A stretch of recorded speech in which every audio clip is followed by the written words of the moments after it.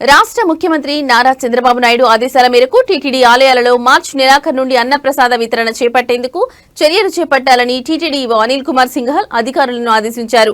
తిరుపతిలోని టీటీడీ పరిపాలనా భవనంలోని ఈవో ఛాంబర్లో టీటీడీ అధికారులతో ఆయన సమీక్షా సమావేశం నిర్వహించారు. ఈ సందర్భంగా ఈవో మాట్లాడుతూ ప్రస్తుతం టీటీడీలోని 56 ఆలయాలలో అన్నప్రసాద వితరణ కొనసాగుతుందని, మార్చి నెలాఖరు నాటికి అన్ని ఆలయాలలో 2 పూటల అన్నప్రసాద వితరణ జరిగేలా ప్రణాళికలు రూపొందించాలని పేర్కొన్నారు.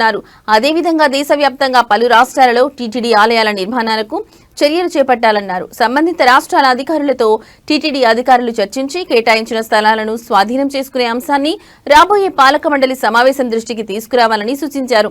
అదేవిధంగా చెన్నైలో కేటాయించిన స్థలంలో ఆలయ నిర్మాణానికి అవసరమైన డిజైన్లు, పరిపాలన అనుమతులు అంశాలను టీటీడీ బోర్డు ఆమోదానికి తీసుకురావాలని ఆదేశించారు. రుషికేశ్లోని పీఏసీ కూలిపోయే స్థితిలో ఉందని పేర్కొంటూ వచ్చే ఫిబ్రవరి నెలలోపు నూతన పీఏసీ నిర్మాణానికి కార్యాచరణ రూపొందించాలన్నారు. టీటీడీలోని ఇంజనీరింగ్ విభాగంలో ఖాళీగా ఉన్న ఏఈ పోస్టుల భర్తీ కోసం వచ్చే ఏప్రిల్ మాసంలో పరీక్షలు నిర్వహించేందుకు తేదీలను ఖరారు చేయాలని ఆదేశించారు. వేద పారాయణదారులుగా ఎంపికైన వారిలో 164 మందిని టీటీడీ ఆలయాలలో నియమించగా మిగిలిన 536 మందిని ఇతర ఆలయాలలో నియమించేందుకు వీలుగా ఫిబ్రవరి మాసంలో ఉత్తర్వులు జారీ చేయాలని సూచించారు.